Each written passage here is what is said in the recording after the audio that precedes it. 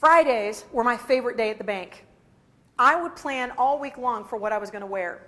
And mind you, I was about 16 years old and designing my own clothes. Now you picture what a 16-year-old designed, and that's what I was wearing to work.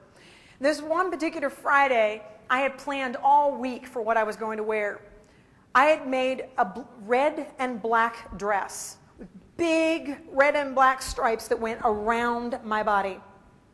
I'd made the dress skin tight, put a slit up to my hip, and made the dress one-shouldered to wear to work at a bank.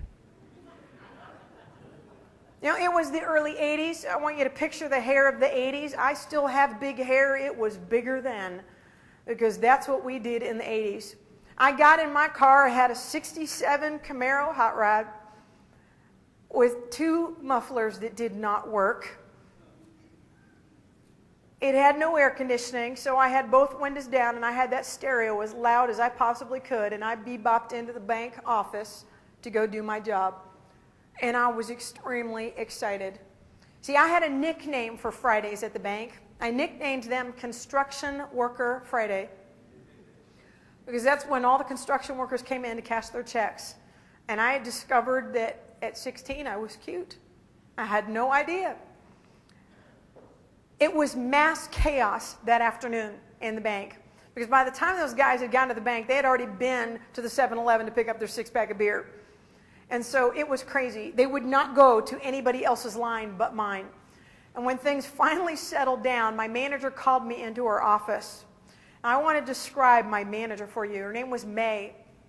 May was proper banker woman. Her hair was perfectly coiffed and tucked behind her ears.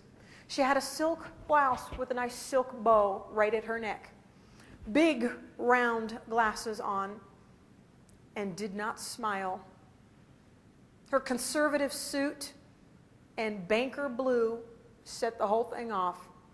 She called me into her office and started talking with me. She says, "Marian, you've been working at the bank for 6 months now. How do you like it?" I said, "Oh, I love it. It's so much fun, especially Fridays."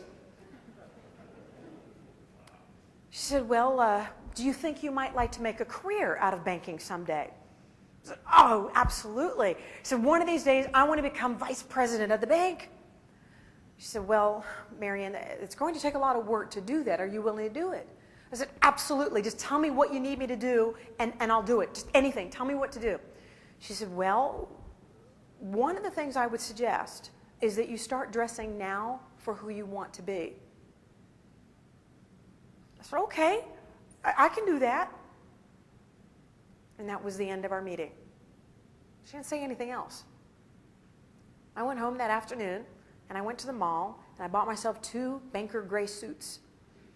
And that's when I adopted the bun that was slicked back so tight that I would get a facelift if I twisted it, because that's what the bankers looked like in that day that were vice presidents. She gave me a gift. Not by sending me home and telling me that I was dressed inappropriately, but by creating a vision of my own dream and what it was going to take for me to be able to accomplish that dream. That's what we do as coaches. Prior to that, I'd gotten feedback from bosses. I remember getting one performance appraisal, and that performance appraisal said, "Marian needs to improve her attitude." I didn't like that boss either. So I quit, went to work for another bank. Year goes by and I got that performance appraisal, and this boss wrote, "Marian has a bad attitude." I didn't like that boss either. I quit, went to work at another bank. A couple of years at that bank, one afternoon my boss walks in.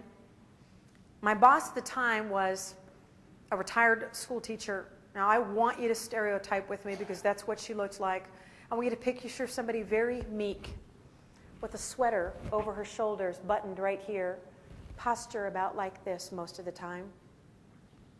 She came in and she said, "Marian, I have some bad news."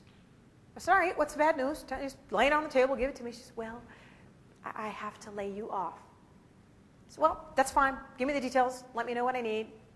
She said, "Okay, but Marian, there's something I need to tell you." I said, "All right, what is it?" She said, "Well, I got to be honest. I'm sure that you're a really nice girl. But most of the time after dealing with you, I have to go home at night and drink.